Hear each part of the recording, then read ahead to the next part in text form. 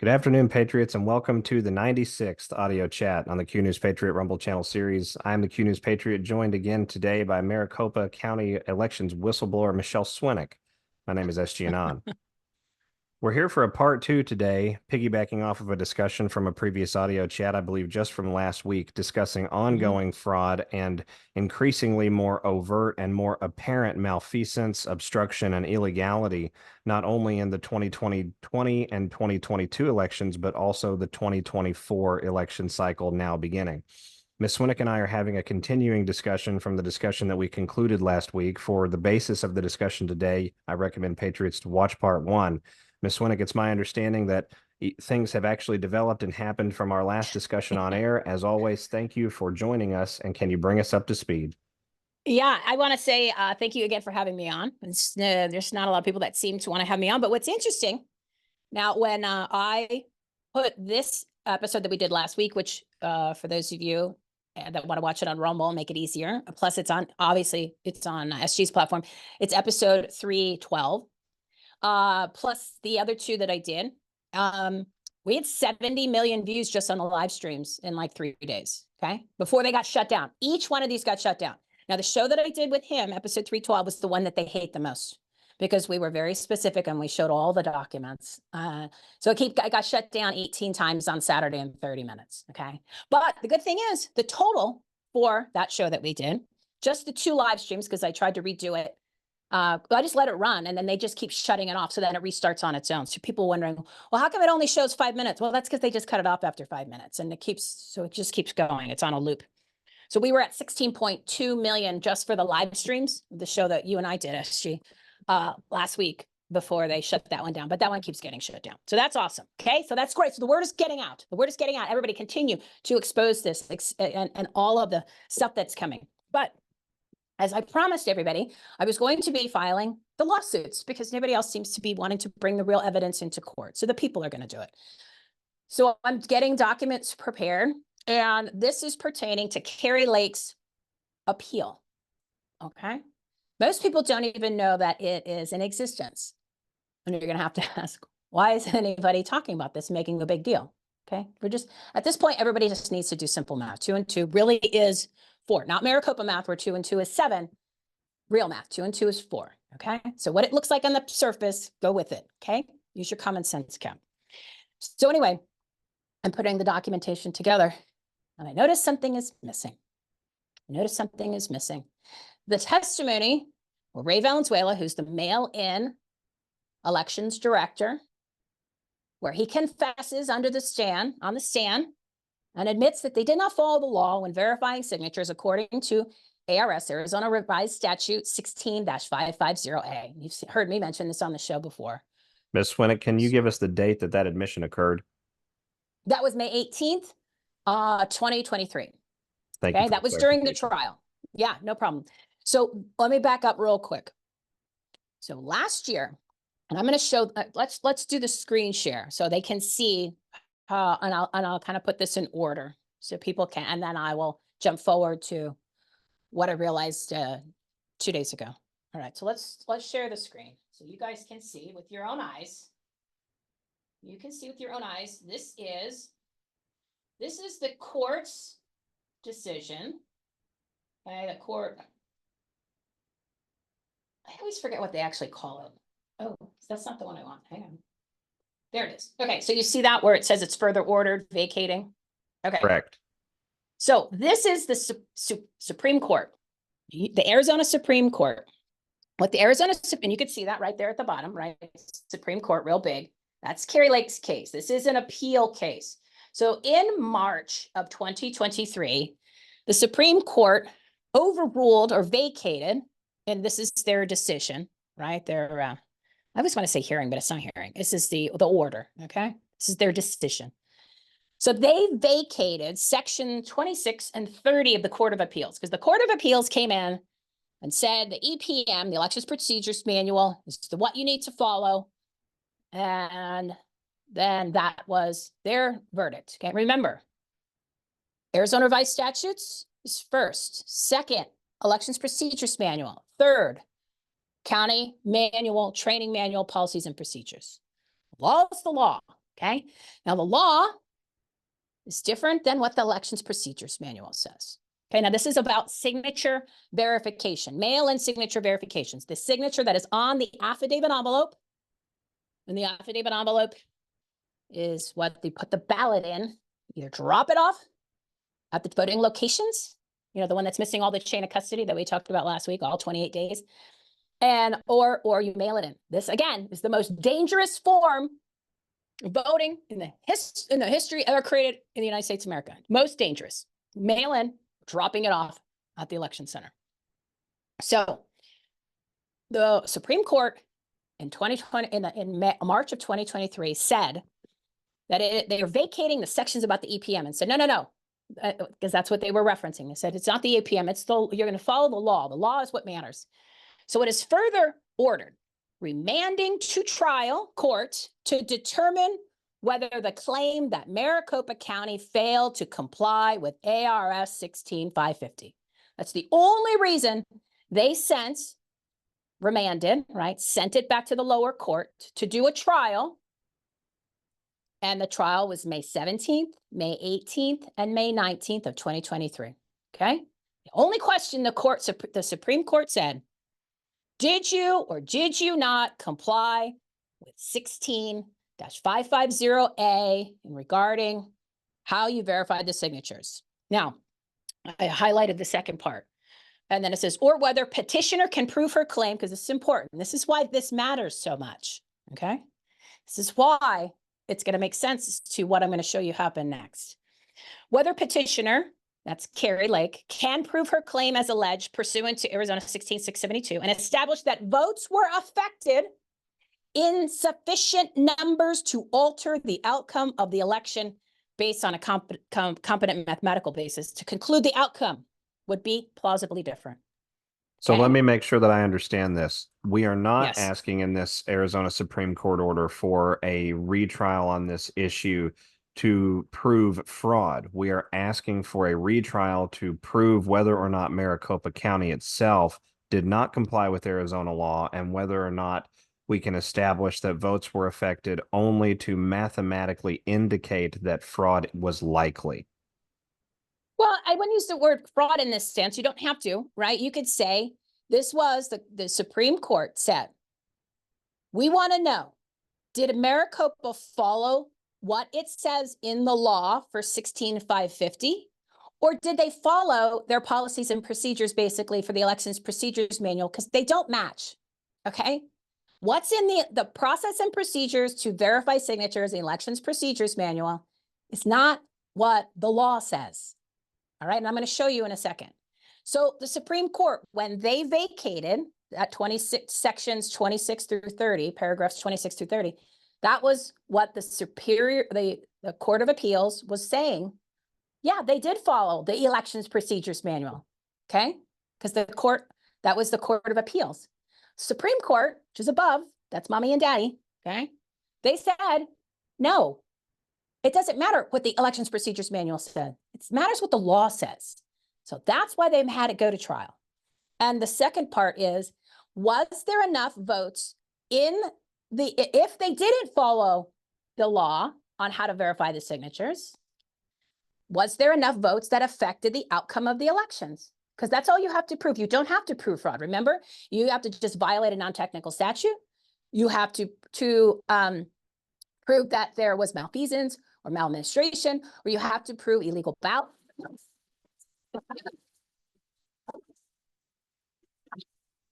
Ms. Swinick, we've had our first sound interruption to be anticipated and expected for this particular call based on our prior discussion on these issues. The audience out there, please bear with us. Just a hot moment. We've actually become quite streamlined at resolving this problem.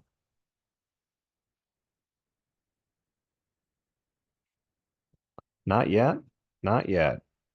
Yes, back. There we are.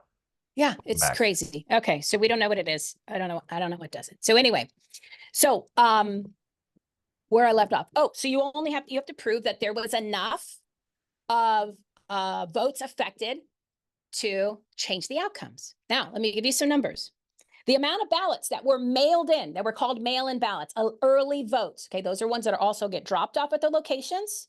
or they're actually in the mail, or they're in drop boxes, or the county goes, picks them up at the post office. What could go wrong, right?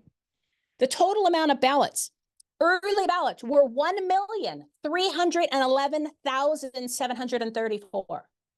Okay. There was only 1,562,758 ballots cast in the whole election. All right. So 1.3 million ballots, let's just round it down, were affected by this process of verifying the signatures. So that's the second part, right? Where it says here, establish the votes that were affected or insufficient numbers to alter the outcome of the election. Carrie Lake lost.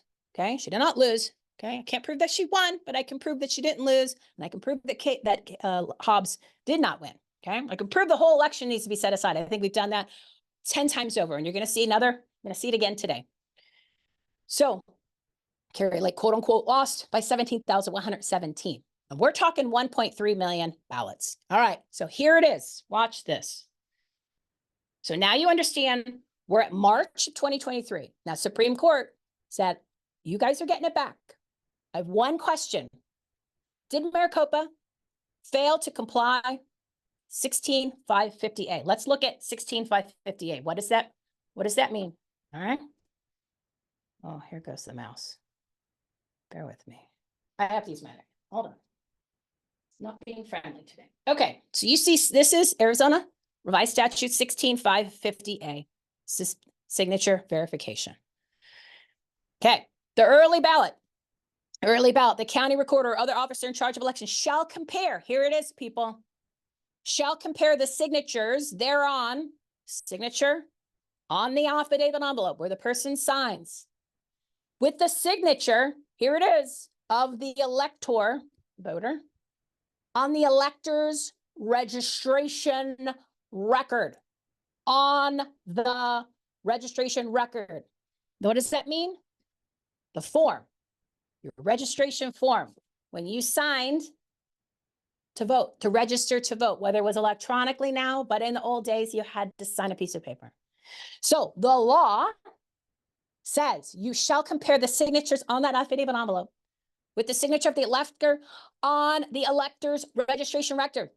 And there was a case in Yavapai where they defined the elector's registration record was the registration form that you filled out and signed when you originally signed up to vote. Okay, so it's your original signature. So that would be the first signature in your file, the oldest signature in your file. Okay, keyword, oldest signature in your file. And then all the signatures that they use along the way that they have collected from you digitally or whatever, whichever ones the county and the state do, they put them in your file. Okay, and they go in order from newest would be the first one now to the oldest, which is your election form, your registration record when you signed up. So, and Ray Valenzuela, who's the director of election services for mail-in voting, he said in his, he has like 26 exemplars. Those are examples of signatures. They're called exemplars. So he says that he has 26. So he has 26. Number one would be the most recent, okay, like from, let's just say something he did. He voted in the primary, okay? So his would be 2024 in the primary. And then number 26 would be his original signature when he registered to vote. Elector's registration record, okay? Now, look at this. So before I show you that, I want to show you. So, okay, all right, no, this is important. So Ray Valenzuela is on the stand, and I'm going to play for you the video. He says, let me pull it up. I gave you a great setup, and then I took myself out of order. So he says, okay, they take three examples. They take the signature, affidavit, envelope signature, and they give you three examples. And we're going to go through this again because this is really important. So he says, there's the signature they used in 2022 to verify their ballot packet envelope, affidavit envelope. That's what they sign. And there's the last 3 signatures in the recorder's computer for the record. Is that correct? That is correct. As a point of reference, they are arranged by ladder. So the latest signature on file for the voter is the first signature that appears. Okay? Just look for another point of clarification. I just want to make sure that the most recent signature appearing first in front of that level 1 user. So the county, and they're going to admit it again here, okay? And you're going to hear it, you're going to see it yourself. As mentioned, you're not required to roll through. Question is Liddy, who's the attorney, Thomas Liddy, dad is G. Gordon Liddy, and A is the answer, question and answer, because this is the testimony, and I'm going to share with you why we're looking at it in this format that I created. Answer is Ray Valenzuela's answer. This is on the stand May 18th in the afternoon. As mentioned again, you're not required to scroll through all 3. If the first ladder signature on file, vetted, verified signature is a match, we'll use that. And Liddy again. So in fact, you don't have to read the 2022 signature and then read the signature from 2020, 2018, 2016. Only one exemplar is required to be referenced. The county admitted right here that they used the most recent signature rather than what the law requires to use your original signature on the registration record at the time that you registered. All of the signature verification process that they did for the 2022 election was illegal and against the law. The entire election needs to be set aside on this testimony alone, okay? He just admitted, you're reading it for yourself. You're going to see the video, okay? I'm going to show you the clip. Again, he says, we use the most recent signature in the file. The law says you have to use the signature on the registration record. So the only time that this most recent signature would be the original signature that you use when you registered to vote is if you are a brand new voter and you never voted. Because if you did vote, then that signature would be the first one. Then it would be the next one behind that would be the oldest one, which would be your original registration. And every time they have a record of your signature anywhere in the county or the state, whenever they just put it, whether it's DMV or something you scribbled online or something attached to it, that's why Ray Valenzuela has 26 himself. Then this registration record gets further and further back, okay? And they use the 3, he tells you, the 3 most recent signatures. You never get to see, most of the time, this signature ever if you voted more than once. They broke the law. He admitted they broke the law. The election needs to be set aside. It's over. Now, here's the interesting, now, this is the part that's, this is what I found 2 days ago, okay? So the fact that Carrie Lake's attorneys did not object to this. They did not even cross-reference it. They didn't mention it in the trial. They had an appeal back after the court in the 25th, I believe, of May. Let me do this. I want you to see the name. Okay, let's let that sit in there. Then submit. So back on the 25th of May, I believe it was when the court said, nope, case dismissed, you lose again, Carrie. They filed an appeal. We did 3 weeks of social media. We did spaces. We begged her, file this in there. Okay, he said we don't follow the law on the stands. Okay, he said that. So we put all the information in the Substacks and we did the shows and we had somebody go meet with Carrie. And I prepped them for like an hour and a half. So they understood. I gave them all the materials. And it's not our materials. It's the court cases. It's the court's decisions. It's the statute. It's what the policies and procedures. It's out of the mouth of babes themselves, Ray Valenzuela. We just put it together so people can understand it. She said, my attorneys are brilliant. We're going to stick with our strategy. No, thank you. This is May of 2023. So their appeal had everything but this, okay? Then they had other documents that were filed throughout the year. I think they finally filed that in September, okay? Then there was other ones that were filed. Everything but this, okay?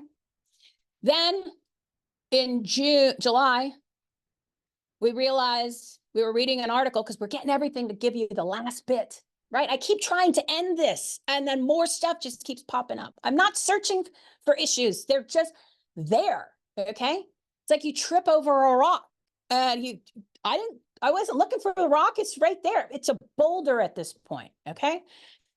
So we read an article because we were trying to figure out when was this case something or other, because we're going back to the things about 2022 to give you guys things that you haven't seen yet. That's so bad. And we realized that Carrie Lake court case was dismissed again, another court case in June, but it says in there, Carrie Lake has the ability to appeal. We went, she can appeal? We looked at the dates of the calendar, said, oh, we've got 3 or 4 days left before the 30-day mark is up. There's not a word from Carrie Lake about appealing. There's nothing on her social media about her filing a case. So we sounded the alarm and we said, hey, Carrie Lake can file an appeal about the mail-in signature verification. And this time she can add the testimony from Ray Valenzuela where he admitted under oath they did not follow the law. So it kind of got testy. She didn't want to file it, but the will of the people. Again, the beauty of holding all these people accountable. When the people get loud, the politicians, the candidates, the groups, the MAGA First, America First leaders, follow what the people ask. It worked again, okay? And I've been saying this for 16 months. When we put the pressure on them together, there's your you people, okay? Everybody's talking about this unity. I still don't even know what the hell that means.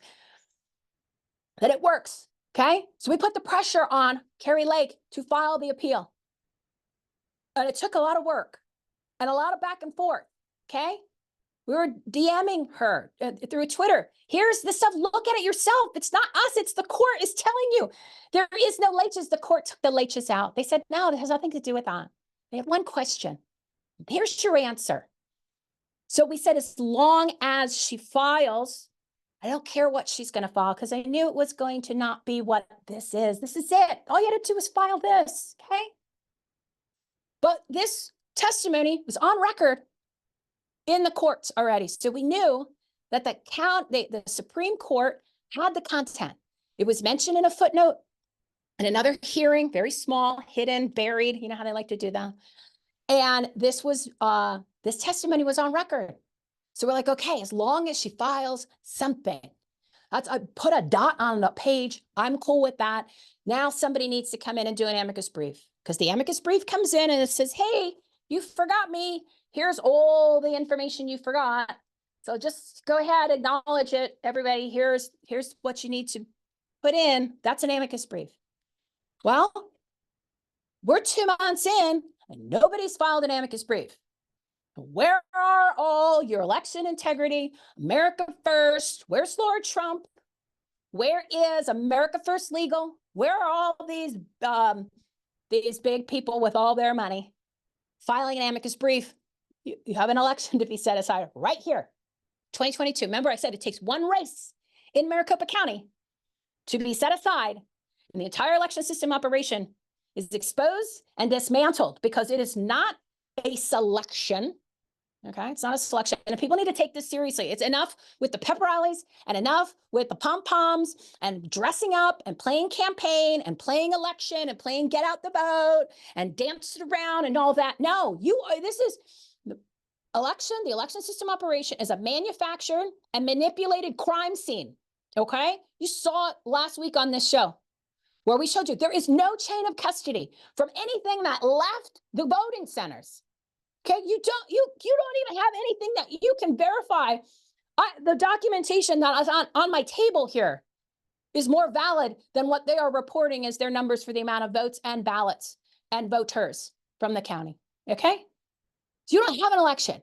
It is beyond that. You don't even say that word. Okay, because that's giving too much credit to the word. So back to this. I didn't mean to segue, but everyone's got to take this seriously. This is your whole life depends on these cases and people actually taking what's going on seriously and getting really loud about it and talking about it and talking about nothing else, because nothing else matters. Nothing else matters than getting these elections stopped and getting this information out and putting people in prison and getting elections set aside, because the whole system's got to go.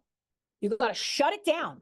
It is that far out of control. You're going to see more of it today. So back to this. So anyway, I'm putting together, because then I'm like, that's why I said I'll file the amicus brief. I will file all the lawsuits because nobody else is doing it, right? That's what we talked about last week and the past couple of weeks. So here's what happened. I went to go take this because I'm working amicus brief, and I went to go pull this testimony. Okay. I went to pull this testimony. Look what happened. Now, keep in mind, this is May 18th, 2023 in the afternoon. So the testimonies, the transcripts there's two for each day. There's an AM and a PM, okay? AM and a PM. So this one is the PM. Now, so I went in, I found a link in one of the court cases, and then instead of a 14, I got rid of the 4, I put 15. I was like, ooh, there's the court case. There's the transcript the next day. So I was like, okay, I pulled all the transcripts.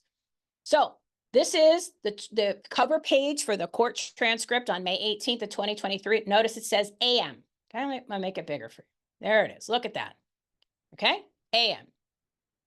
So the next document is this sheet that says Phoenix, May 18th. It says AM. All right, everybody could see that. Now, the next one, and this is from Superior Court, their website, okay? Because I had the link .pdf to one of the transcripts from the 17th. So I used that, and I backed out a number. So instead of 14, it said 15. And then I started pulling all the transcripts for each day. Now, that was the AM. Now, here's the cover sheet for the next document. And that says PM. But look what is the next document. This is page 1. Now here's page 2. Page 2. This is page 2. So page 2 is the testimony from the morning. Oh my. Okay.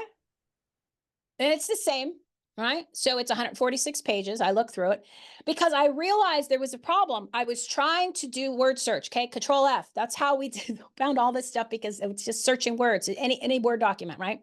So I'm Control Fing, and I'm looking for specific words and phrases that were used in the clip that I'm going to show you from that testimony, and it wasn't coming up, and I couldn't figure out. I'm like, oh, so I thought maybe I'm on a different day. So I'm looking through read through the whole transcript for the 17th. I read the one on the 18th. I read the one and then the 19th. And I'm thinking, what's going on? Then I realized when I looked back, the cover sheet says PM. The document is a duplicate. It's the AM again. So unless it's somewhere else, it's not there. And it just happens to be this transcript. No, I cut and pasted it because it's a 7-minute segment. I condensed it down to the parts that matter, where he admits under oath, and then they do it multiple times. They tell you, we use the most recent signature. They don't use the one that the law requires, okay? They mention it a couple times, and even Liddy comes in and confirms it with 2018, 2016. It's not there, okay? So I'm contacting the courts today. This is remarkable. To let them know. Yeah. So I'm going to contact the courts today and let them know and ask them for it. And say, where is it? You need it. Okay. But I'm going to play the video for you so you can hear it with your own words or your own eyes. And of the green affidavit envelope that's used in Maricopa County for a mail-in voter. To add a little clarity, that is pulled up for them. They log in. A batch of 250 is provided to them with the 3 exemplars and the clipped image of the voter's signature. So on the screen, it comes up. There's the signature that they used in 2022 to verify their ballot packet or affidavit envelope. And there are the last 3 signatures in the recorder's computer for their record. Is that correct? That is correct. And just as a point of reference, they are ranged by latitude. So the latest signature on file for the voter is the first signature that appears, And just for another point of clarification, it is never trained to that you must look at all 3 exemplars and scroll. I just wanted to make sure that the idea that is the most recent signature appearing first in front of that level 1 user. Thank you, Ray. Don't get ahead of me. Thank you, though. But you look at the one from 2022, you look at the other 3, they're right there in front of you, and you're looking to see if they're dissimilar. Correct. What do you do if they all look the same? They were consistent, then they meet that criteria for them to be then dispositioned. How- A good signature. And how long does that take for somebody who's done this for a while, this experience? There's the one from 2022 from the green envelope, a digitalized image, and there's the last 3. Are they dissimilar? Last 3. How long does that take? Again, as mentioned, you're not required to scroll to 3 if the first latter signature on file, vetted, verified signature is Boom. an exact match. We'll use that. Then that can take 1 to 2 seconds. Meaning- Because if it's an exact match, it's pretty clear that it's not inconsistent, to use the language of the statute. that is correct. So in fact, you don't even have to read the 2022 signature and then read the signature from 2020, 2018, 2016. If they match, you know that they're not dissimilar as the statute requires, right? That is part of training. That is correct. Only 1 Not- exemplar is required to be referenced but the others are provided for those that may be subject. Okay. So let's stop share for a second. So it doesn't matter if it takes 1/1,000,000th of a second to look at the signature. It doesn't matter if they match or not. You're not using the required signature by the law to go ahead and verify the signatures. See, see how easy this stuff is when you look at the law and you're not looking at the noise, but you look at the facts. Right? Is it me, SG, or I mean, you, it's clear to you, right? I just want to make sure that the audience is getting it, because my problem is I've been doing this for 22 months. So when I see things, it jumps out at me. And I try to make this so clear for everybody because I want you to understand how simple the election process is. And the laws are very, very clear. And when they violate it, they violate the laws, they violate the elections procedures manual, they violate the manuals, they are committing crimes. And now it has gotten to the point where, again, it's so massive. And I'm going to show you more crimes today. But I Ms. just want Swinick. to make sure that this is clear to your audience, how serious this is when this information was never brought in her appeal twice. Indeed, and this is actually where I want to make a comment on that very issue. As we have gone on and done these exposés together, and as I have followed some of the research you and your partners have fleshed out there in Maricopa, coming straight, like you said, out of the mouths of the horses and the babes themselves, so to speak. One of the flavors that has come up on my end that I'm getting a very significant sensitization for is the flavor of stalling for time. And with respect to the lawfare operation and the judicial operations really of the United States of America, we know that the quote unquote laws of justice and laws of order and things of that nature, the judicial process itself grinds slowly. But fundamentally, I think that there is a bit of a sinister component there that can be leveraged and exploited by individuals who are very adept at this sort of administrative warfare against we the people. So with that being the backdrop here, are we seeing these same types of things and this same manipulation and malfeasance on display again already in 2024? And if so, is this why we have quote unquote stalled for time? Well, it's not, we're not seeing it again. That's how the system is. Okay. So if they want you to keep, oh, they're doing it again. No, they're not doing it again. That's what they do, right? Somebody says, well, they're stealing the election. I said, you can't steal something you don't have. We don't have elections, right?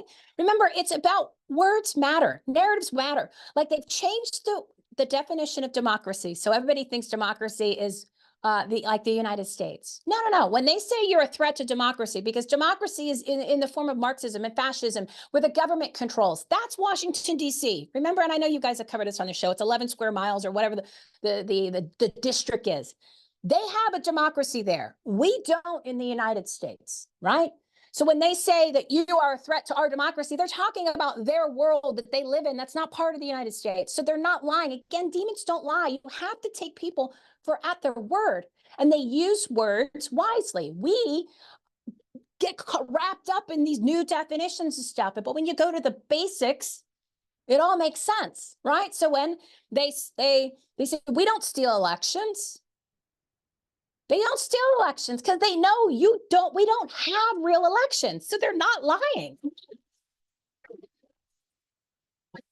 It's very interesting that this should be the point in the conversation that we have our second sound interruption.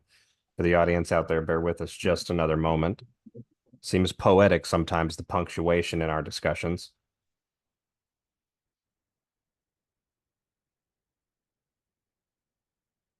Almost there. Not quite there yet. There we go. There we go. Okay. Yeah, it's crazy. I don't understand it. So, because I got full bars on my side. So again, it's language matters, right? We think we have an election. We don't. Again, I said we have a manufactured and manipulated crime scene where we go, we're part of the process. We're getting out the vote. We are poll workers and poll watchers, and we're keeping an eye on everybody. You have no idea what you're looking for because you don't understand how the process works because no one's told you.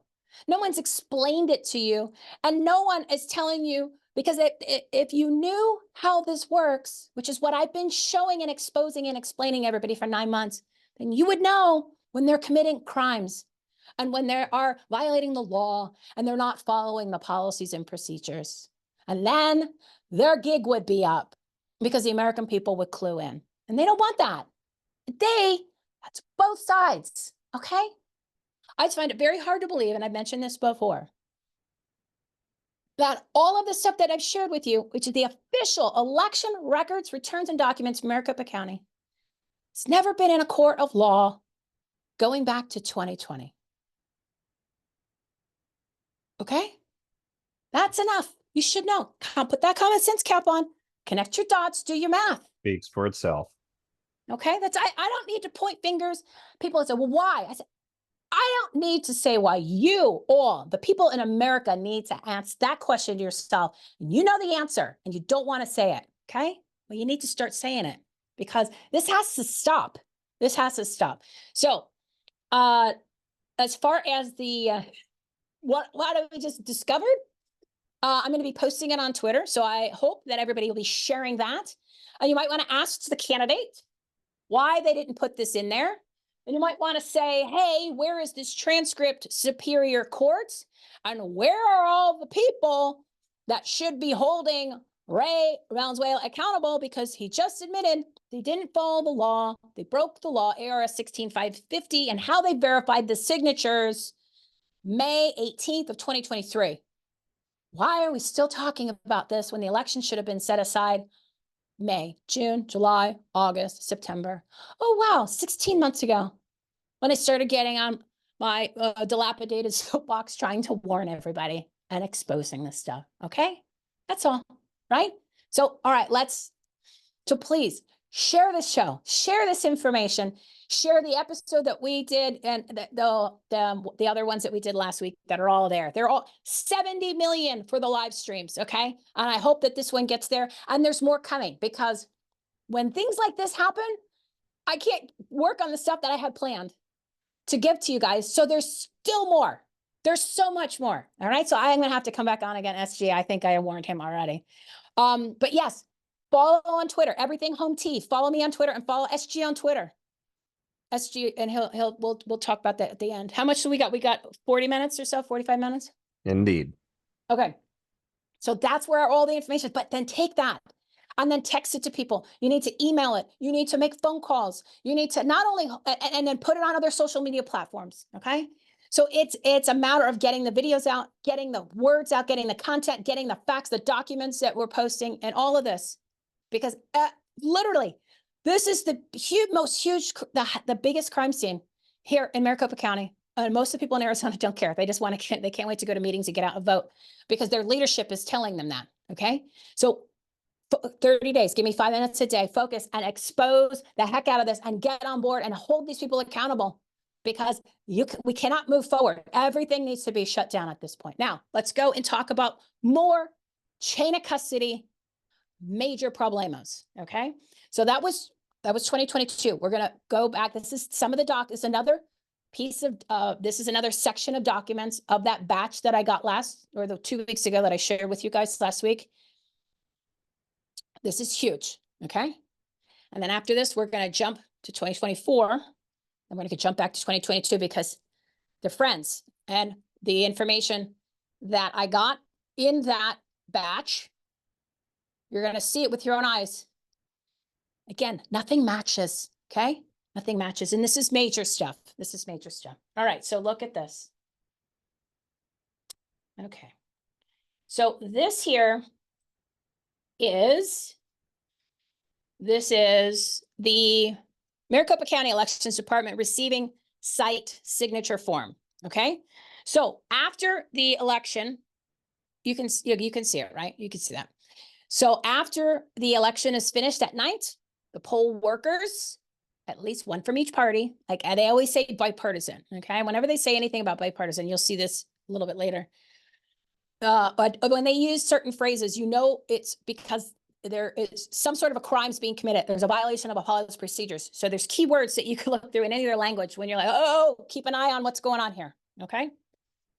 Decades old practice is the other one.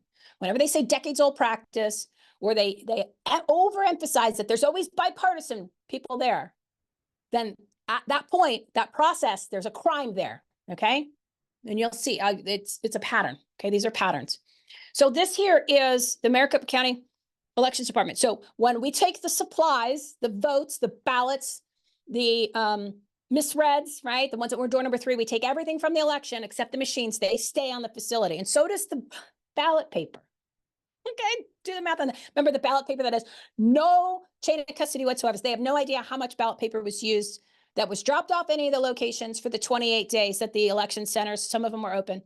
They have no record of how much ballot paper was dropped off, how much was used, and how much was left over. There's no documentation. You don't have an election right there because you have no idea. You know nothing. So anyway, all of these supplies are taken.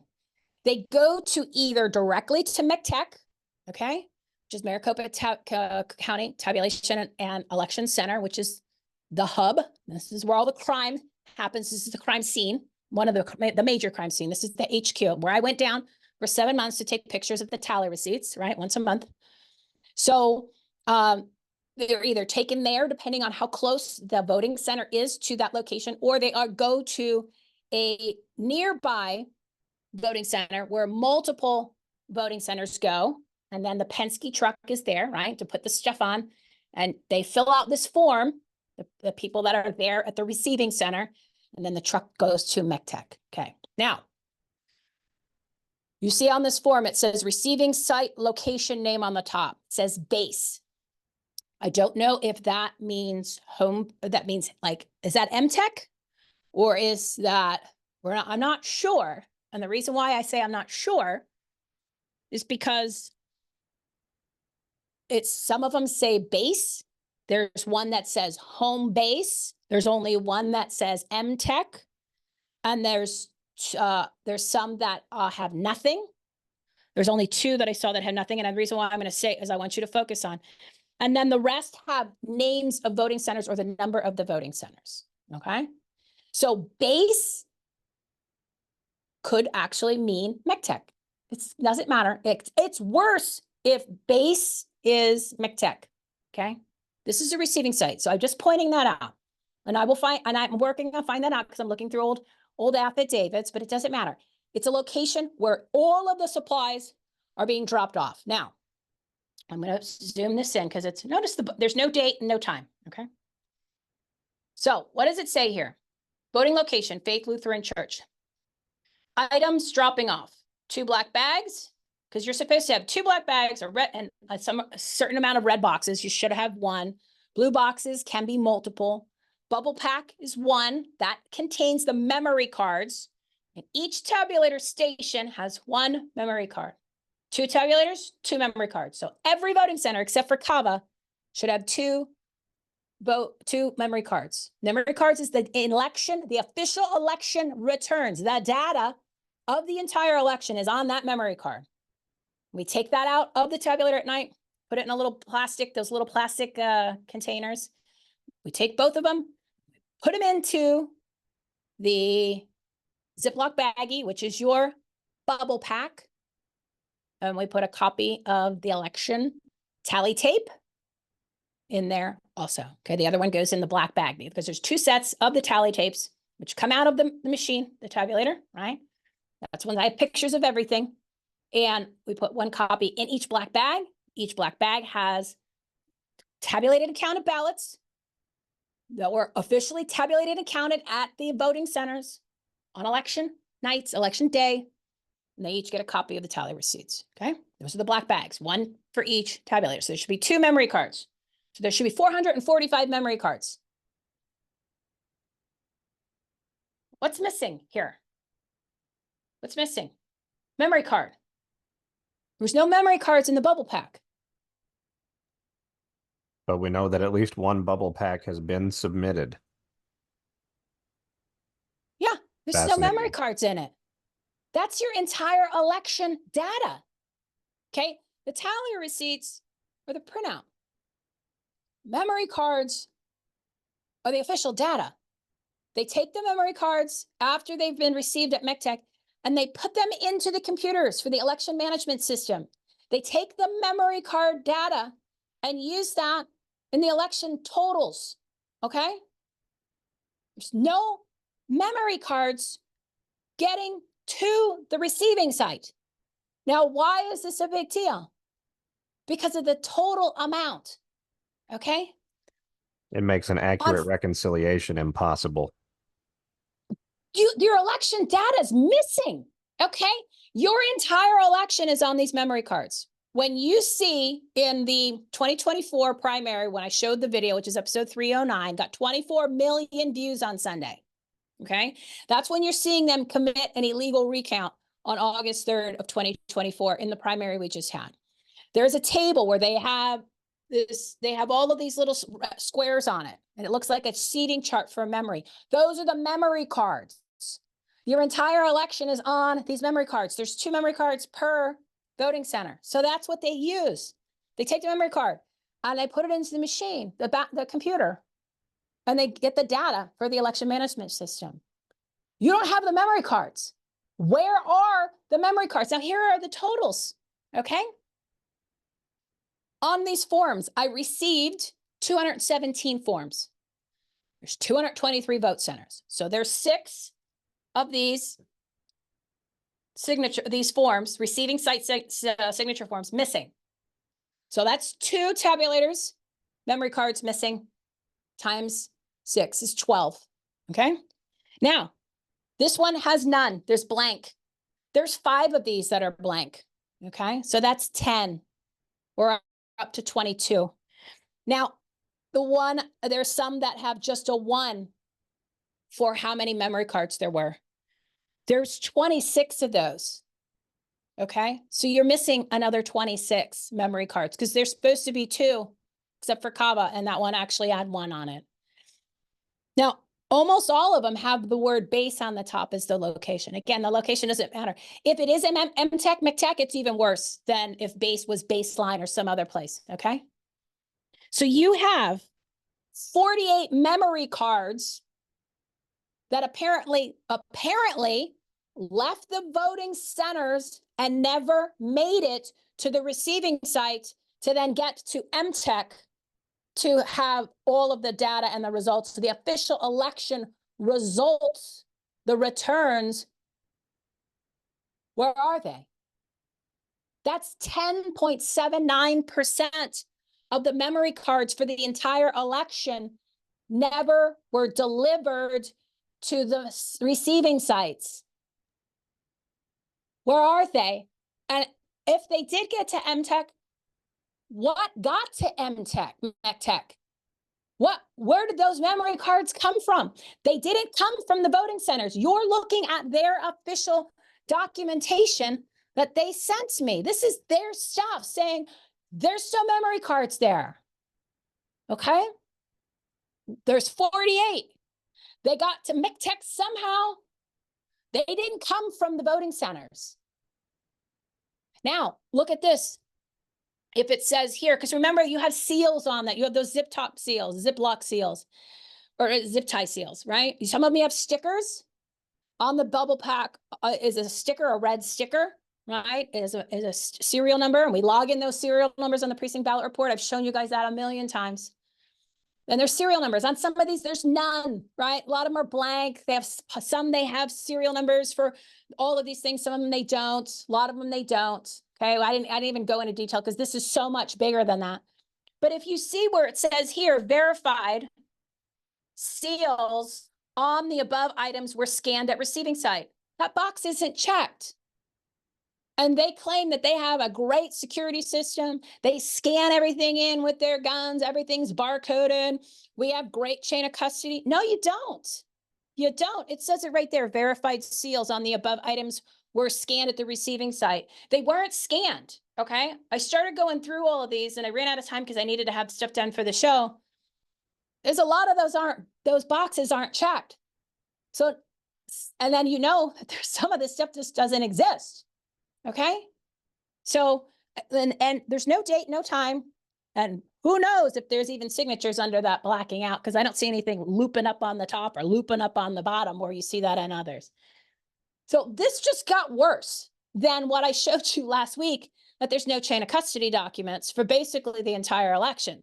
So there's nothing to prove that the numbers the county reported are accurate. And we can prove a lot of them are not. And we have, because 41.7%, and this is an old show that I did, episode 298, the voting centers data between the public precinct ballot report and the tapes, those tapes, which is the official election records and returns, and the slog files, which the tapes match the slog files every single time. They don't match the Exhibit 11 from the county to tell you how many people checked in to vote and how many ballots were reported. That's their own version. That's a made up chart. Okay, there's nothing to back up in that information. The county's official election records and return does not match that. Okay, that the ballots and door number 3, and also that whole Exhibit 11 at 41.7% of the voting centers does not match. That's just under half of the election. The data from the election doesn't match what they told you. Okay, well, just compare the two. That's old news. That's old news that we told you guys a long time ago, right? And 15.5% of the tabulators, the public counter on the front doesn't match the tapes. Okay, and then, and what, how many of those? Oh, and 31 of those, one of the 31 tabulators, the number on the front on that precinct ballot report was left blank. It's one of the only things we got to fill out. What's the number on the front?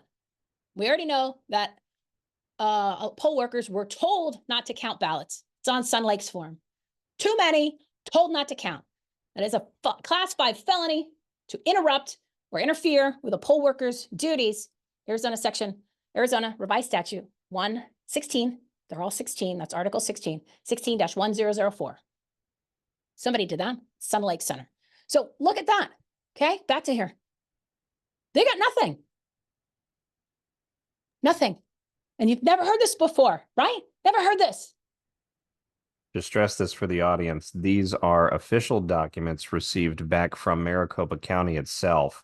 These were not generated on the side. They were not generated after the fact. These constitute official returns. That is correct, Ms. Swinick? Well, yeah, not the returns. These are like official documents. This is chain of custody. Okay, so the returns are the actual documents from the tabulator, right? So, or the memory cards or the slog files. So this is chain of custody documents, official election documents or records from the county. This is one of the forms that's filled out at night, right? This is the form, the people from the voting centers go to a receiving site, bring everything that they have from the election, check it in, do an inventory, supposed to scan it in with the barcode gun, right? Or whatever it's called. Fill this out. The white copy, MCTEC, yellow copy, poll worker, pink copy, poll worker. One from each side, Republican, Democrat. Everybody's supposed to get a copy. Okay. The white copy is MCTEC, which this is the white copy. And then a poll worker gets the yellow, Republican or Democrat, and the other one gets the other one. So everybody's got a copy. A copy of what? Right? A copy of what is this? All right. So Never heard this before. That's what I said when I got these documents. Now, anybody in the country could have requested the public records, done a public records request at any time or anywhere in the country for the past 2 years, almost 2 years after the election, and asked for this information. The cost to acquire this was zero. All the public documents that I've requested cost nothing, zero, okay? Don't even think about the time. We started doing the math. It's like, I don't know, $4 million of time could have been charged. That's how they do real investigations, okay? Anybody could. Now, this is, remember I told you guys 2 weeks ago when I realized we were almost at the 22-month mark, I put on social media, everybody get these records. So other people have these now because they put in the public records requests that I recommended they do. They cut and pasted, it took a minute. So there's other people that have these now. So it's not just me, and anybody could have gotten this stuff. So let me show you the next one. And then I'm watching the time, 11:25. Okay.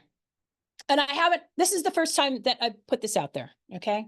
So this is gonna, do you see why I say you gotta stop playing dress up? You gotta stop pep rallying, pom-pomming, getting out the vote. No, the whole thing's gotta stop. Shut it down. Prison. And all, because people in the comment sections are making comments, well, nothing's going to happen.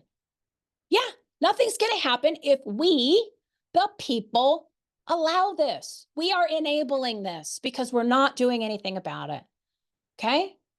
You can do so much by getting loud, volume, by emailing, texting, posting on social media, tagging. If you're going to go to a meeting, talk about this. And demand that your leaders start filing lawsuits and hold them accountable. And guess what you can do? Stop giving them money, the candidates, the groups, the RNC, the AZ GOP, the MCRC, and unfollow on Twitter, on all the social media sites. Do you know how depressed they would be if all of a sudden overnight they have 4 followers? Okay, because it's only microphone and money to these people. So cut off the microphone, cut off the money, and say, you work for me if they're already in office, or if they're in one of these organizations, and say, do your job. This is insane. People need to go to prison. This has to be shut down. Okay? File the lawsuits. And get people, go pick them up. Where's the sheriffs? Right? And if they want to be your candidate, if they are your candidate, they want to be in office, you better do your job now. Because if you can't do it now, what makes you think you're going to do it if you get in? And you ain't going to get in because you cannot beat this kind of sophisticated fraud. This is maladministration. This is election fraud. You cannot beat this. You cannot beat this. That's Gotham. Yeah, you can't beat this, guys. You can't outvote this. Remember, vote harder 2024. It's just not a strategy. You can't. Why do you think they made a big deal yesterday about, they had a press conference in Arizona about the illegals? We found 97,000 illegals that happened to slip on there. Why do you think they brought that up? You think it might have to do with all this really bad stuff that they did, the crimes they committed, where 70 million people happened to view it last week on Twitter? So they figured, oops, we got to look like, we need to stop this because it got shut down so many times I stopped even bother trying to push it out. And we got to stop this. She won't shut up. And people are finding out what really happened. So we need to throw them a bone. And since they always love to talk about the illegals, well, let's just go ahead and give them that. Give them that. Because they know, even if you shined up those voter rolls, that they are just sparkly. Every single person's legit. They still can do all this. So they don't need your illegal voters, which most of them, they don't vote. And whether or not they cast the vote for them, there's your signature verification process, okay, which they didn't follow. Well, why do you think that they used the most recent rather than the original registration record? It has nothing to do with illegals, okay? They don't need the illegals. They don't need the illegals. All of a sudden, illegals is the hugest thing on the planet. It's 2024. Nobody cared about the illegals in 2022. Nobody cared about the illegals in 2020. They want you to focus on this, meaning the illegals, because they don't want you to focus on what they did and how the system works. This is what I'm showing you with their own official election records, returns, and documents. So go ahead, shine up those voter rolls. Go ahead. It's not going to make a difference. Oh, it will be harder for them to cheat. There is no documentation to prove any of the numbers. Why are we even talking about illegal voters, right? Do you see what I mean? They got you so distracted and misled and deceived our side. This is our side. I don't have a side anymore. I'm a side of truth, and there's not a lot of people standing on it. Okay, I'm facts and truth. Certainly, there's no leaders on that side, but the people are joining that side. So, all right, let's look at the next one, because I'm hoping this is setting in. And if you say, "Oh, that's not in my county," you haven't looked. Okay, unless you have all this documentation for your county and you've done these investigations, you have no idea. I can guarantee you it's happening at some level, at some type of election fraud and maladministration that they need to use, because the election system operation is fundamentally designed, structured on fraud. Okay, structured on fraud. And it is there to control the results. The votes do not match the results. Nope. And we've proven that for 9 months. Okay. And the counties control everything. And if and let's just say things get a little close, a little hot under the collar with the numbers. So like they did in Maricopa County, they just don't put them on the canvas report, which is the official results. They count them, they tabulate them.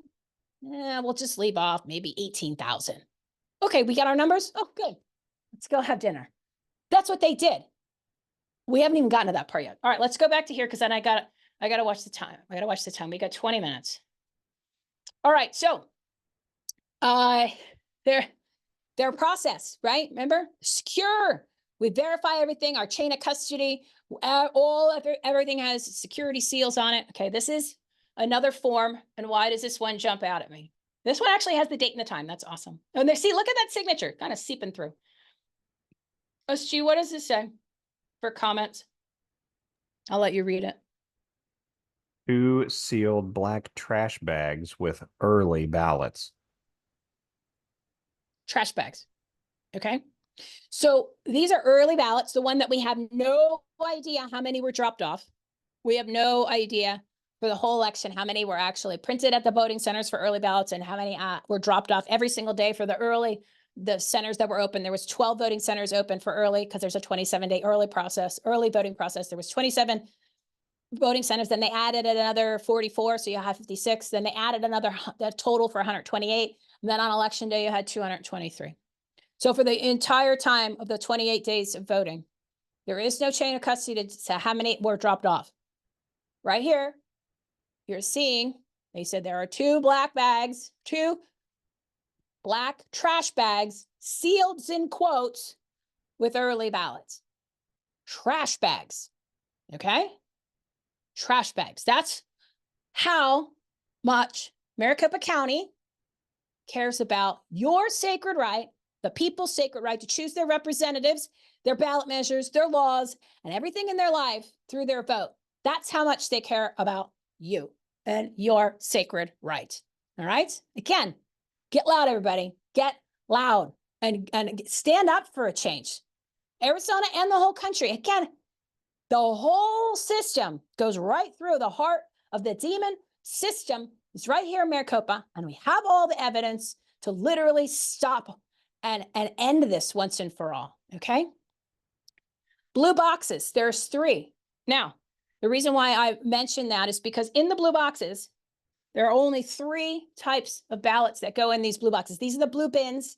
They're plastic bins, like a Rubbermaid bin. They're a little bit bigger than a banker's box, okay? Just so you can understand the size. It's like a Tupperware container, okay? There's 3 of those for the blue boxes. There's 3 types of ballots that go in this blue box, and that's it. The misreads, which are the ones that didn't get tabulated. The provisionals, which we have no idea how many there were, but there was probably not a ton, a handful, right? And the early ballots. That's it. So you have 2 trash bags of early ballots, and you have 3 boxes full of most likely all early ballots, because there was only 65 misread ballots at this location. Can you imagine how many early ballots were at this location? We'll never know. There's no record of it. Ms. Swinick, on that Trash bags. comment, when we talk about quantity, I don't want to get too speculative in nature, but Yeah. that's a very interesting question you just asked. Is it out of the realm of possibility to say that with 2 large black sealed trash bags and 3 of those boxes you described, that we could see several hundred potentially fraudulent ballots? Well, not fraudulent. You just don't know. You don't know if they were ballots that were dropped off by legitimate voters or ballots that were generated from somewhere else. You don't know. Okay, because you have, and hundreds, hands down. Look, take a ballot after it's folded. Okay, a ballot, just like, a little bit longer, you fold it and it's an envelope. Like, that's the size of the envelope and it's thin. How many of those can you put in a trash bag? How many of those can you put in a large banker's box when you're shoving them in there? Okay, because you got to put in as many as you can, and then you could shove down the top because the clasps are there. Hundreds, yeah, hands down. So you don't know because there's no record of it, right? So you don't know where the ballots came from. You don't know if they were legitimate ones because they have no chain of custody for the amount of people that checked in to vote, right? They don't have that either. So let's just say that there was 1,000 ballots. You have no idea where those ballots, who knows where they came from? You're assuming they came from the voting center, because let's just say that you're assuming they came from the voting center, but you don't know the number. And this is only one site. This is only one site. Yeah, but you have no chain of custody to back up anything for the early ballots. Okay. So you have no idea how many early ballots were there. Let's just say they're all legitimate. Okay, they're all legitimate. So there was 1,000 legitimate ones. Well, what if they only want 300 to be counted? You have no idea. You have no idea because you don't know how many ballots left the building. So you have no way to determine how many showed up at the election. And this receiving site doesn't document that, which it's not supposed to, because that's supposed to be documented at the election centers, right? But that's the paperwork that would be in here. But this is alarming because I wanted you to see trash bags. Now, this is not the first time I've seen things mentioned about trash bags, because in sworn affidavits from the poll workers and poll watchers, which is buried in the exhibits in Kerry Lake's court case, the original one from December 9th of 2022, none of this is mentioned in the actual summary. It's just in the exhibits. And I've read through all of them. And there's mentions of trash bags and bins of early ballots and regular ballots. I mean, it's just it's just like a mess. It's a mess. So it's is not the first time I've seen trash bags, but I wanted you guys to see it because it wasn't in an affidavit. This is on the form that is the receiving site form. So you're seeing the person who checks it in that works for the county is going ahead and mentioning that. So it's not a poll worker or watcher. These are the guys that are receiving all of the contents of the election centers, okay? So this is a different type of verification of chain of custody. And this is also something that we just got 2 weeks ago, okay? So there you go, okay? And there's more of these. There's more, the security seals. There's so much stuff missing on them, and a lot of them don't have that check where they verified in, but there's only so much time to show you all of this stuff. So I'm showing you the major stuff. And trust me, there's a lot more, but we don't need to focus. We need to focus on the major stuff. Now let's do this. We got 2019, 18, like 13 minutes. Okay. So I want to do 2024. So let's just jump into it real quick. All right. So the problem with 2024, the primary we just had, because I want you to see how it connects to 2022. So, because this document that I just got last week is different than what the county said their process and procedures was in 2022, but the document's from 2022. Okay, which that doesn't even make any sense. Now that I'm saying it out loud, it's even worse than what it is when I was looking at the screens. All right, so let's do this. Okay, hold on.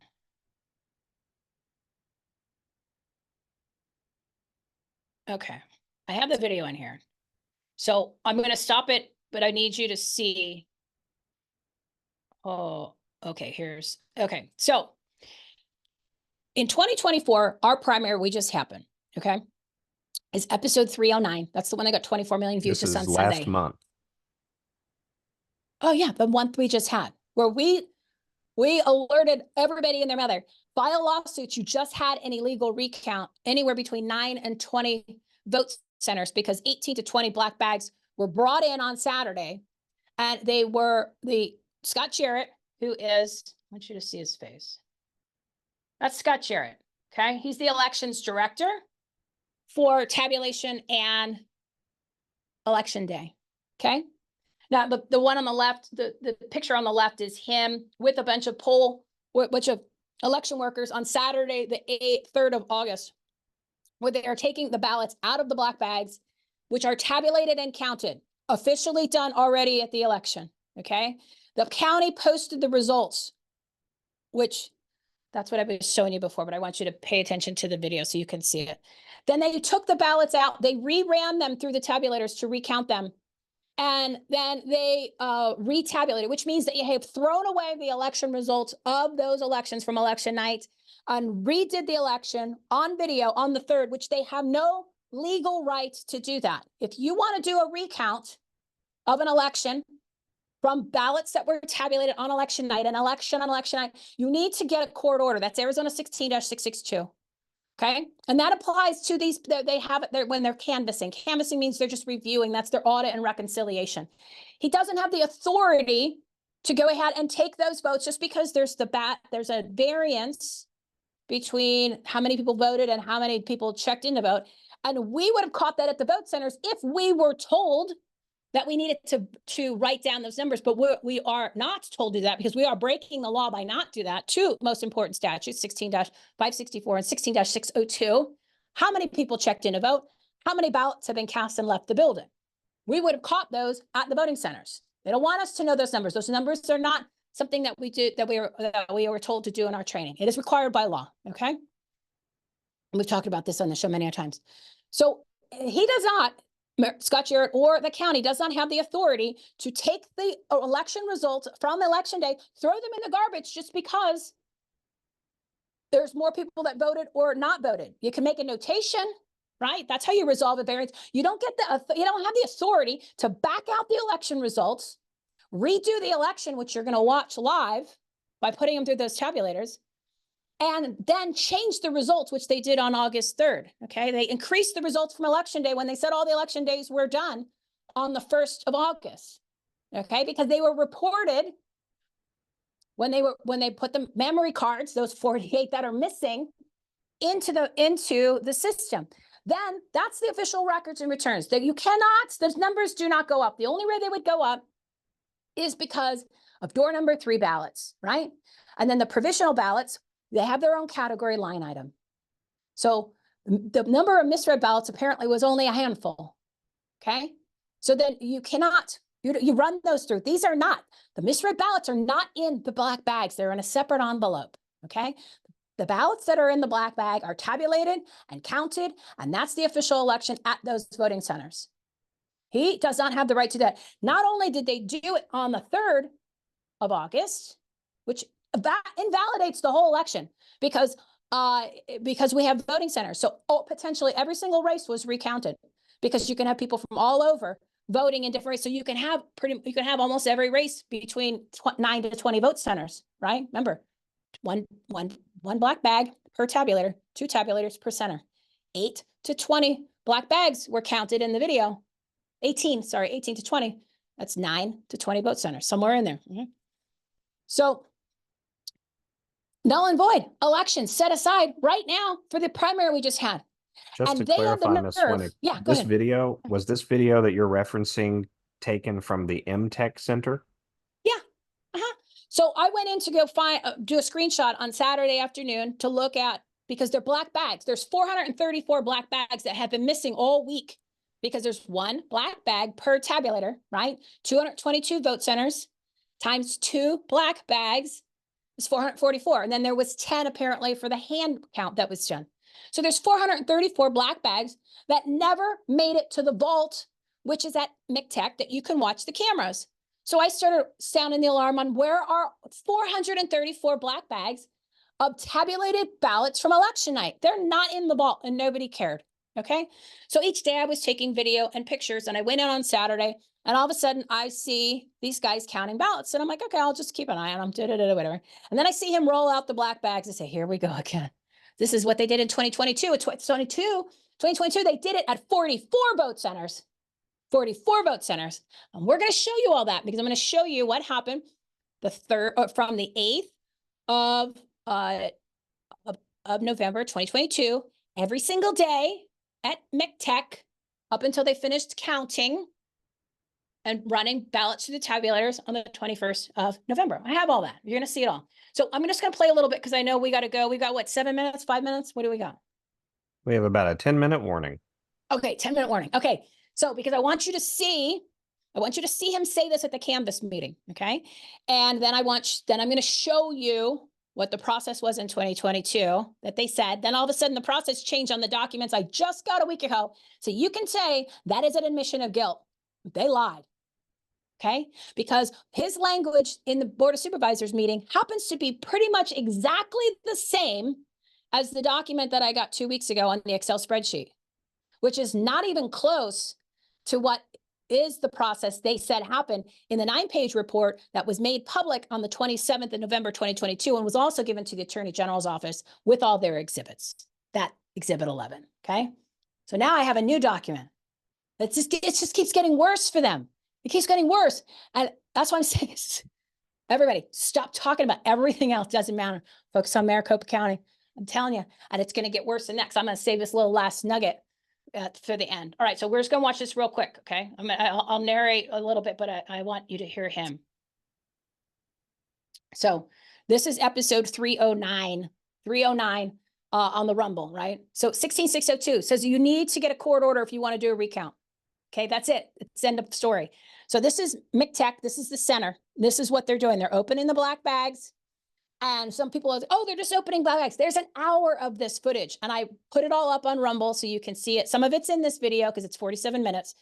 And so they're taking the ballots out, which is okay. You can count them, but you can't run them through that tabulator.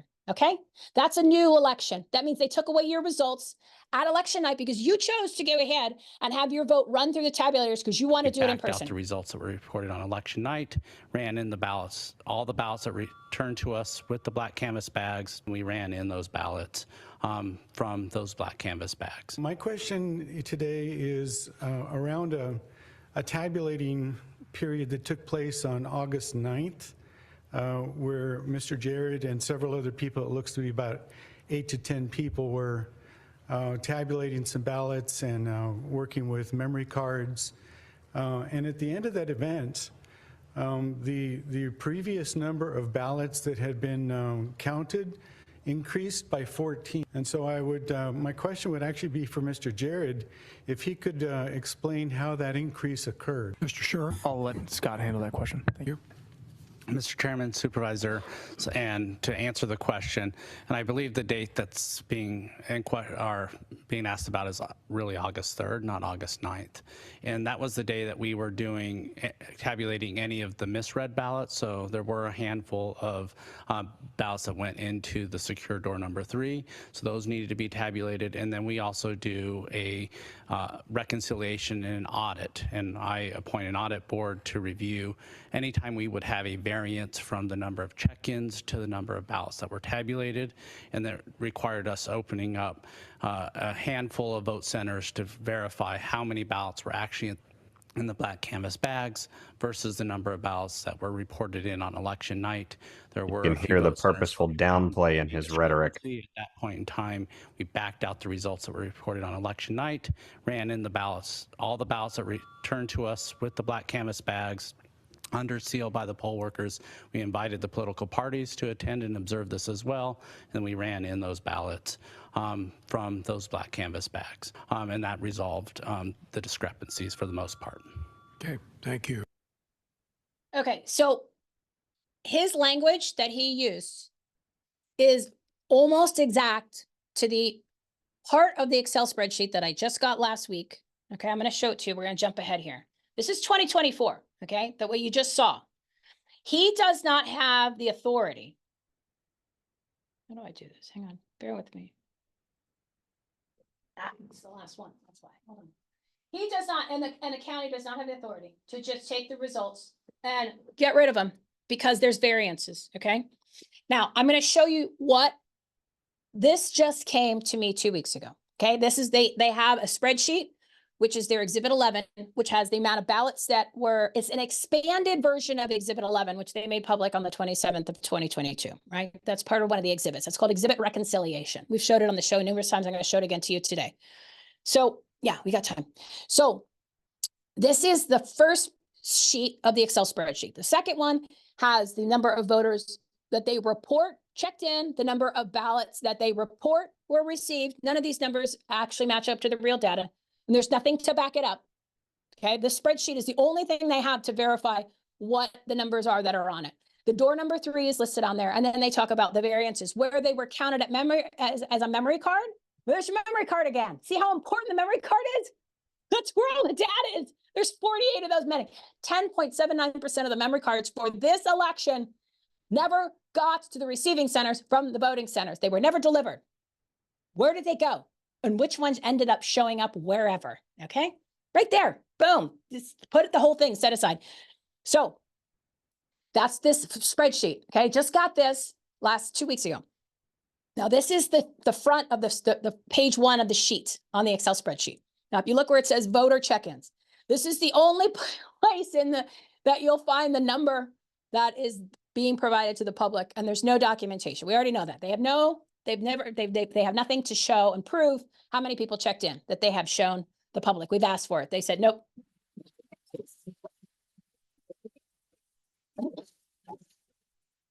Ms. Swinick, we've encountered our third instance of brief microphone interference. For the audience out there, give us just a quick second. We'll have ourselves back on track.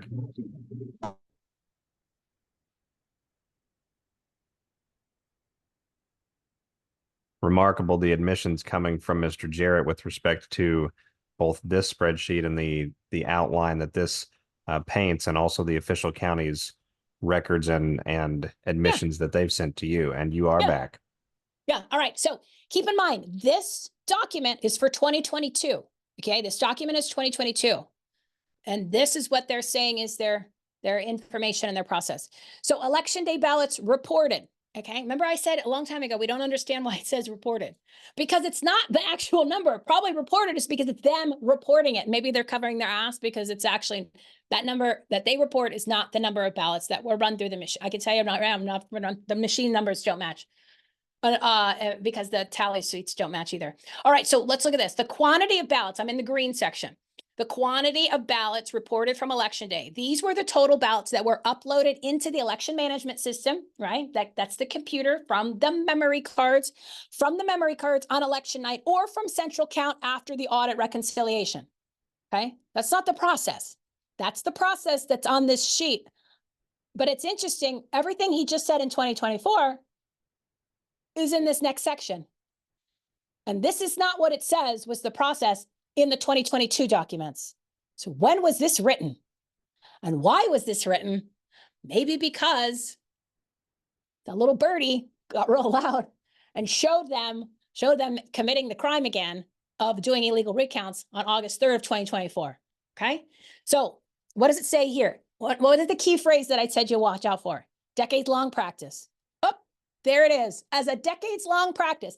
If this is their decades-long practice, they just admitted to committing crimes for the past decade because they have no authorization to do a recount without a court order. And it also, that's Arizona 16662 and Arizona 16-664C requires them to change the election software to do the recount. So that wasn't also done. And that statute, again, they make up their own rules. So if they have been doing this for 10 years, which they are going to watch you see what they printed in 2022 and the documents that they did in 2022 and how different it is from this. But this is 2022.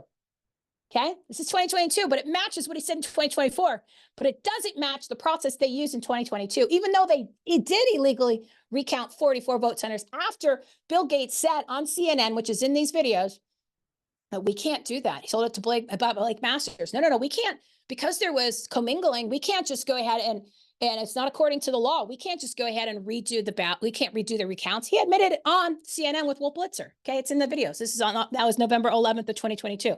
Read this. This is the audit on the left-hand side, the blue. Election day ballots reported. Audit reconciliation counted at central count. They don't have the authorization to do, when they do the reconciliation, they can. They make notes. That's it. You can't touch those ballots and stick them through the machines. The only ballots that can go through tabulated, the only ballots that can go through those machines from election day are ones that were not tabulated. And then the provisional separate category, okay? And the early ballots separate, right? Or the early votes, that's separate, okay? And votes that were cast on election day that were put through or attempted to put through the machines, the only ones that they can put through those machines at MECTEC without a court order, which was a whole new recount, is the ones were door number 3 because they weren't tabulated. The other ones, they cannot touch that. It's against the law, okay? Now you're finding out it's a decades-long practice, okay? Watch, I'm gonna show you the other ones because you have to see these documents. As a decades-long practice as required by the Elections Procedures Manual, right? Then it goes to the elections performs an audit and check-ins, an audit of check-ins, that's a made-up number, ballots received, another made-up number, and information from the precinct ballot reports. Okay, that's the normal process. If there was, this is important because you're going to see the numbers that they actually used to make this doesn't match. Okay, this is a lie. What you're writing, what you're seeing right here is not true. Okay, listen, this is important. And I know he's got a hard stop. If there was no difference identified during the audit, the results from the memory card were used to report the official results. If a difference was identified, the results from the memory card were backed out of the election system. That's breaking the law right there without doing a court order to get a new election, because that's taking your election and throwing it in the garbage. This prevents the double counting of a ballot. The elections department then used the central count tabulation to count the paper ballots returned from the poll workers in a sealed black canvas bag, breaking the law. The paper ballots were tabulated on central count tabulators, were used to report the official reports at the voting center. All against the law, okay? Now look, I just wanted to mention door number 3. These ballots, this is the yellow, were securely returned by the poll workers in a sealed misread envelope or sealed black bag, canvas bags. You know that didn't happen because we've shown you so many that they weren't sealed. Not to mention you got black bags, trash bags, right? If variants identified during the audit reconciliation, the elections department is required to investigate and resolve those variances if they're legally allowed to. Recounting an entire election is not the case when it comes to each of the voting centers. Now I want you to pay attention real quick because I'm going to jump over because he's got to go. If there's no difference identified during the audit between the number of voters checked in versus the voters that the number of ballots, then the memory cards are used. If the difference was identified between the, if there was a difference, okay, then they're going to do a recount. Okay, watch this. Watch this. Here is the process on, this is part of the 9-page report. Here's what they did. If the number of check-ins at a vote center does not equal the number of voters reported on the memory drives for the tabulators, check-ins versus ballots at the vote centers, plus the number of door number 3, the audit the vote for the vote center by comparing the number of check-ins against return ballots. The results of the audit reconciliation are summarized below. This is Exhibit 11. They just list them here. They don't back out the results. They never mention backing out the results except for these 2 vote centers, which they say are commingled. We actually proved there was 11 commingled, and that's only based on testimonies alone that are in the court documents that no one wanted to do anything with. 2 vote centers did not separate the door number 3 ballots, and the ballots were counted by the vote center tabulator. For these 2 vote centers, the elections department backed out the results, which is illegal. There was no court order that were reported election night and retabulated the entire batch of ballots. Okay. But they only did it for 2. Okay. But look at all the ones that there were variances. But here's the kicker. That not only is that bad, and besides that was the wrong vote center. So they got the vote center wrong on which one was tabulated. But look at this. This is Exhibit 11. And what did that instruction say that just happened to magically show up? They said if there was a variance, then that's why if there was no variance, meaning there was no difference between the 2, which there were actually 42 memory cards that had a difference, and they didn't recount those, did they?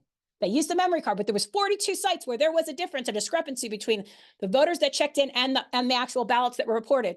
If there was 0, then they were going to use the memory card. It's in their own words. Okay. Meanwhile, they have no authority to back out anything. It's against the law. So they said if there was 0, then we just use the memory cards. Okay. And if there wasn't, there was a variance, we use central count. This is not true. Look, this one here, the variance 0, but they sent it through central count. Memory card, right? There's 0. Look at this memory card. There's a variance of 1. Why did they use memory card for that? Not central count. Central count 0. According to what they just told you that I got 2 weeks ago, that there was no central count. That should have been central count because they said if there's no variance, you leave it alone. Apparently not. Then they said if there is a variance, you run it through central count, but -6, there's a variance memory card. They didn't central count it. -1 didn't central count. 13 didn't central count. -7 didn't central count. -3 didn't central count. And they said if there is no variance, you leave it alone. It's a memory card. Oh, what's that? Another 0 for central count. There's seven or 8 pages of this. 7 or 8 pages. So what they just told you was their process wasn't the process that they provided November 27th of 2022 to the entire public and to the Attorney General's office. And it doesn't even match the process that they actually show you on these forms, which is the reconciliation form. Okay, see how it keeps getting worse? Incredible. It keeps getting worse. All right, so at the last thing, and I'm going to publish all this information again. I'm going to go back to putting on my attorney hat today, right? Because I have to follow these court cases. I have to contact the courts because I have to let them know that the testimony, the transcript is missing, right? And then I have to work on the amicus brief. So if you can, head over to givesendgo.com/savemyfreedom. Tell your friends, throw in a couple bones. We have 10 to 15 lawsuits that can be filed, amicus briefs, writs of mandamus, a civil rights violation. I haven't even touched 2024 yet because I was hoping that every single candidate, even the ones that lost, can file because the election could have been set aside. And we notified everybody and made a big deal about this before the canvass report came out, before they did the canvass on the 12th of August. Nobody did anything. Nobody's done anything since. That election needs to be set aside. There are crimes that have committed. People need to go to prison. And so I'm going to start filing these things, but I have to do the work, right? Because I'm pro-saying everything because I can't find these magical attorneys that are so constitutional to file anything of value, right? I can't see, blows my mind. And then again, all of the contact information. If you go to savemyfreedom.us, that's the Substack. The pin post has the video and the information for 2024. Then follow us on Twitter. Everything Home T is Twitter. Rumble, you got that. So the Rumble channel, Save My Freedom. TakeActionItems.com is all of the episodes from December 29th of 2023 through current in the order that you can watch them. I still have to add the new ones, but everything's on Rumble now. I did a new one, 313. That's a condensed version of the chain of custody issues, so you can understand that. And this episode today is going to go up as soon as SG releases it. I'm not going to edit it. I'm not touching it. And I'm going to put it on the live stream. So hopefully we'll get another 20-some million people watching this and to see what's going on in the current court case, right? Because now you got a major problem there. It's bad enough that the facts and the evidence was not part of it. Now it's not part of the court documents, transcript, right? That's how we started this. And then you saw some more stuff for 2022. 48 memory cards never were delivered to the receiving site. It's 2022. And now you saw what they did in 2024 was the same in 2022, except at 44 vote centers. Again, the overwhelming fraud, election fraud and maladministration and crimes that were committed in 2022. And our leaders, our MAGA, America First, fake leaders, groups, you name it. Where is the RNC? Laura Trump, where are you? I'm asking for your help. I'm not making fun at this point. I am begging people. I am begging people to do what they said. I am begging people to step up to the plate and use the money that they said that they had raised to do the right things. I'm asking the sheriffs to do their job. Because again, you don't have elections. You don't have selections. We got to stop with the games. We got to stop with the pom-poms and the pep rallies and the cheering and getting out the vote and all that. This is a massacre. This is a manufactured and manipulated crime scene. This is an administrative insurrection. Okay, this is election rape, and this is a disaster. And we cannot proceed. It's bad enough that 2020. Should have been set aside. That was illegal. You had 58,550 illegal ballots in Maricopa County. Okay, so everybody that's in office from 2020, I'm just using Maricopa County in Arizona. Everybody that's been in office since 2020 or in 2022 or the primary right now, they are illegitimate and their elections were illegal. Okay, hands down, put me on the stand, and the data speaks for itself. Now I'm going to give you one little nugget because I said I was supposed to be telling you some of the data from the night of election on November 8th of 2022 through the 21st November when they stopped counting. Okay, I don't have the graphics because I didn't expect to run into what I ran into yesterday. So here's your teaser. Here's your teaser because I told you it's going to get a hell of a lot worse. Now I'm just going to use the data. Okay, there are website screenshots that we have of all this stuff. Okay, so I'm just going to roll off some numbers. So, and this is the Secretary of State's website who gets the data from the county. So the county and the Secretary of State website, you have to use both because there's a column on the county's website when it comes to the results that's missing. But if you use the data in addition to that from the Secretary of State, which comes from the county, and the actual press release page that they do, because if you use all three, you can fill in the blanks and solve the jigsaw puzzle. Okay, it's a riddle. It's a riddle. So here's food for thought. I'm going to end it on this because you got everything. You got you know what's coming. You know what's coming, and you know what your call to action is. And you got to get loud ASAP. And we're asking for the whole country because there's not enough people in Arizona willing to put down the pom poms. Okay, so these are the official election results. Okay, on the 9th of November, you had the uncounted ballots left to count was 407,664. Then on the 10th, on the 9th, they counted, okay? And then on the 10th, they said there was 353,885 left to count, okay? The difference between the two was 53,779. Now, if you reduced that column by 53,779 of the total uncounted left in the pile, because they all been verified, they're ready to go, you should increase the other column, which is how many ballots have been tabulated, by the same amount. Not in Maricopa. On the 9th, the amount of tabulated ballots already tabulated, ready to go in the system, 1,136,849. The next day, the total tabulated was 1,215,718. Okay, the difference between the 2 days, the increase of total ballots was 78,869. The difference between each column, and this has nothing to do with, this is just math, and you're going to see it for yourself. You just add and you're just subtracting and adding. That's it. The difference between the two, and they should be the same. If you decrease and then you increase the same amount, it should be the same.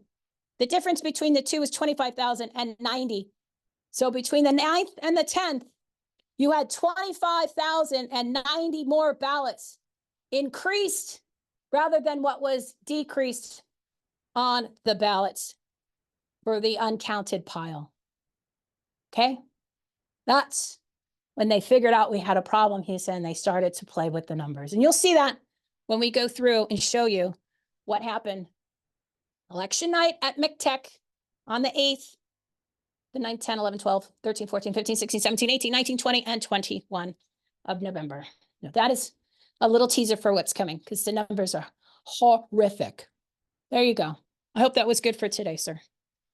Ms. Swinick, I have to say, very few guests bring it with the tenacity, the detail, and the exhaustive investigative approach that you and your team out there have been able to bring. Hold on, there's no team. This whole time it was just Leo and I. And then Leo's been busy all summer, so I started flying solo in July. Incredible. I was unaware of that. No, it's just he's got a full-time job and things he has to take care of. So he hasn't done this since the middle of July. No, this is it.